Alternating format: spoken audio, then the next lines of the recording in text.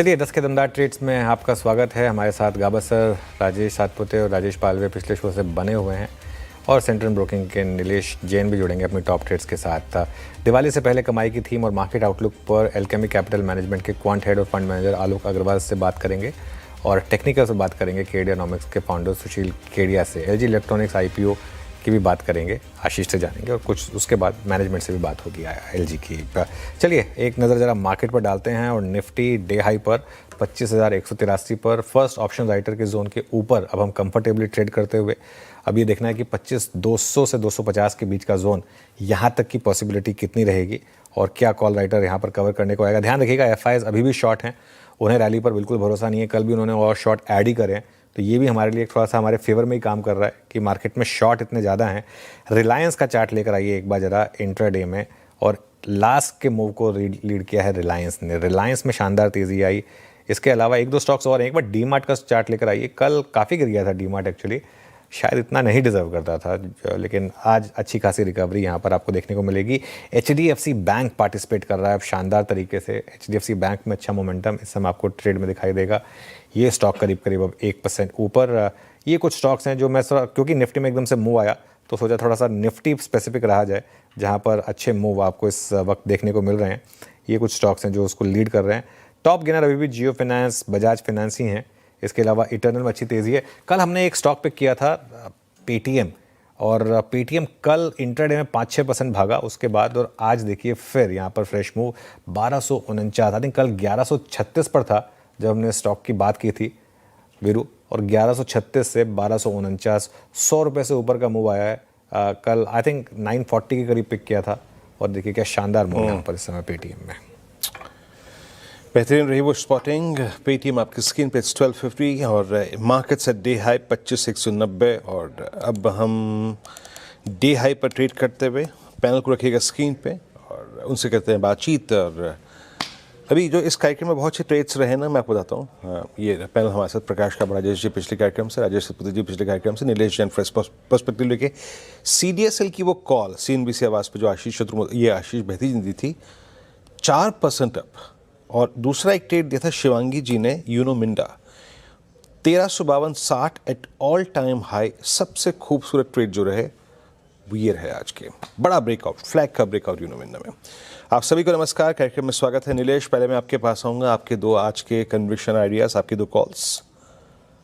Good morning Viren जी, good morning सभी को। देखिए खरीदारी पर ही फोकस हमारा बना हुआ है, और यहाँ पर सबसे पहले जो खरीदारी के लिए स्टॉक रडार पर आया है वो है भारती एयरटेल।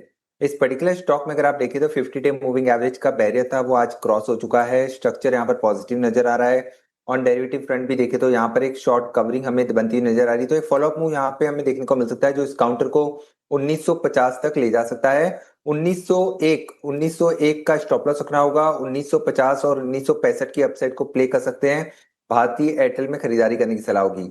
वहीं जो दूसरा स्टॉक हमें पसंद आ रहा है वो है पेट्रोनेट। हमने हमारे क्लाइंट को भी आज खरीदारी करने की सलाह दी हुई है। काफी अच्छा ब्रेकआउट है, एक बॉटम आउट कैंडिडेट ये बनता हुआ नजर आ रहा है। यहाँ पर ऊपरी सर पर 295 से लेके 301 की अपसाइड को प्ले कर सकते हैं। पेट्रोनेट को लॉन्ग करने की सलाह होगी। करंट लेवल पर 277 का स्टॉप लॉस रखना होगा। ओके, ये दो ट्रेड्स आपके हो गए यहाँ पर। पेट्रोनेट 285.80, शानदार मूव यहाँ पे। राजेश जी, आपके दो ट्रेड्स। राजेश सतपुते जी। वीरेन जी, देखिए पहला ट्रेड होगा TVS मोटर। मुझे लगता है कल जहां पे अपने एक अच्छा ब्रेकआउट देखा था, आज सुबह में पुल ऑफ था। पुल ऑफ के बाद फिर से ताकत दिखा रहा है। 3540 के आसपास ये ट्रेड हो रहा है, तो 3510 का स्टॉप लॉस रखिए और 3600 का टारगेट सेट करें। उसके बाद जो सेकंड पिक रहेगा मुझे लगता है वो रहेगा सीमेंस। देखिए सीमेंस क्यों, सीमेंस में कल ब्रेकआउट था, आज अर्ली में कूल ऑफ हो रहा है, और ये जो कूल ऑफ का जो सपोर्ट है वीरेन जी वो 3240 के आसपास है। एक्सक्यूज मी, 3250 चल रहा है। 3240 के हिसाब से देखे तो 3220 का स्टॉप लॉस होगा, और इसका जो टारगेट स्विंग का रहेगा वो 3300 से लेके 3340 का रहेगा। तो एक अच्छा डिप मिल रहा है सीमेंस में। I think that should be treated as a buying opportunity. Okay, चलिए अब गाबा सर के पास चलते हैं। गाबा सर, बताइए आपने क्या पिक किया इस समय की ट्रेड्स में? Good morning. स्टॉक जो पसंद है मुझे इस वक्त वो है इटर्नल। यस, इटर्नल में एक ब्रेकआउट मिला है। ट्रेड करा है 339.60 के आसपास, इंटरनल स्टॉप लगाएंगे 337, मतलब ₹2-2.5 का स्टॉप है, ज्यादा नहीं। फर्स्ट टेक्निकल टारगेट इंटरनल में 345, मेरे ख्याल से वहां तक जाना चाहिए। लार्जर टर्म स्ट्रक्चर बहुत ही बढ़िया है। दूसरा स्टॉक जो मेरा ध्यान है वो ऑटो क्षेत्र से, वो है एक्साइड। एक्साइड में एक स्मॉल ब्रेकआउट मिला है, यस, लेकिन ब्रेकआउट मिला है। 401 पे ब्रेकआउट चाहिए था, मिल गया वहां पर। 403.70 पर ट्रेड करा है, स्टॉप लगाएंगे ₹400 का, ज्यादा नहीं, ₹3.70 से। First target 410 Exide, yes. Okay, Rajesh Palve ji, आपकी 2 ट्रेड्स। तो अनुज जी, पहला स्टॉक जो पसंद आ रहा है वो केन्स टेक्नोलॉजी ये पसंद आ रहा है। इस स्टॉक में देखें तो एक अप ट्रेंड यहाँ पे कंटिन्यू होते हुए दिख रहा है, और जिस तरीके के स्ट्रक्चर बने हैं, हमें लगता है बहुत जल्द अपने वापस ऑल टाइम हाई ट्रेजेक्टरी को रिगेन करने में कामयाब होते हुए दिखेगा। ट्रेडिंग पॉइंट ऑफ व्यू से टारगेट एक्सपेक्ट करें इसमें करीब 7,750 7,800 की तरफ। On the down side stop loss रखेंगे करीब 7,600 के आसपास। दूसरा स्टॉक जो पसंद आ रहा है वो अगेन ऑटोमोबाइल स्पेस से, और उसमें हीरो मोटर यहाँ पे हमें पसंद आ रहा है। जिस तरीके की ओवरऑल यहाँ पे स्ट्रक्चर बने हुए हैं, और अगर इसको हम थोड़ा वीकली और डेली चार्ट पे लॉन्ग टर्म पर्सपेक्टिव से देखें तो एक क्लासिकल राउंडिंग बॉटम फॉर्मेशन यहाँ पे बनते हुए दिख रहा है। हालांकि अभी हमें लगता है कि जिस तरीके की यहाँ पे स्ट्रेंथ नियर टर्म चार्ट पे, तो ट्रेडिंग पॉइंट ऑफ व्यू से 5,750 के टारगेट के लिए बाय किया जा सकता है। ऑन द डाउन साइड 5,600 के आसपास का स्टॉप लॉस रखना होगा, लेकिन पोजिशनली हमें लगता है ये स्टॉक 6,000 की तरफ बढ़ते हुए दिख सकता है। 6,000 की तरफ हीरो मोटर को बढ़ता हुआ दिख सकता है। चलिए, ये मार्केट में तेज़ी बढ़ती हुई, और अब हम इंट्राडे में निफ्टी 25,200 हिट कर चुका है। जी हाँ, 25,202 का हाई हिट कर चुका है, तो ऑलमोस्ट सेकंड टारगेट के करीब बढ़ता हुआ 25,215, और फिर इवेंचुअल 25,257 आई थिंक वहाँ तक की जगह खुली है। अब हमारे साथ एक काम करते हैं, आगे बढ़ते हैं। दिवाली का त्यौहार अब कुछ ही दिन दूर है। आज से हम बाजार के दिग्गजों के साथ दिवाली सेलिब्रेशन शुरू करेंगे, और जानेंगे कि अगली दिवाली तक कहाँ फोकस करना है, किन सेक्टर्स में अच्छे रिटर्न्स मिलेंगे। इस कड़ी की शुरुआत आज हम कर रहे हैं एल्केमी कैपिटल मैनेजमेंट के क्वांट हेड और फंड मैनेजर आलोक अग्रवाल के साथ। आलोक जी, गुड मॉर्निंग। मार्केट में पिछले कुछ दिनों में एक मोड चेंज तो हुआ है। वो फ्लेवर है कि कोटक की बात अलग हो गई, पर बाकी बैंक निफ्टी को खींचने में ज्यादा योगदान पीएनबी, बैंक ऑफ बड़ौदा और कैनरा बैंक का रहेगा।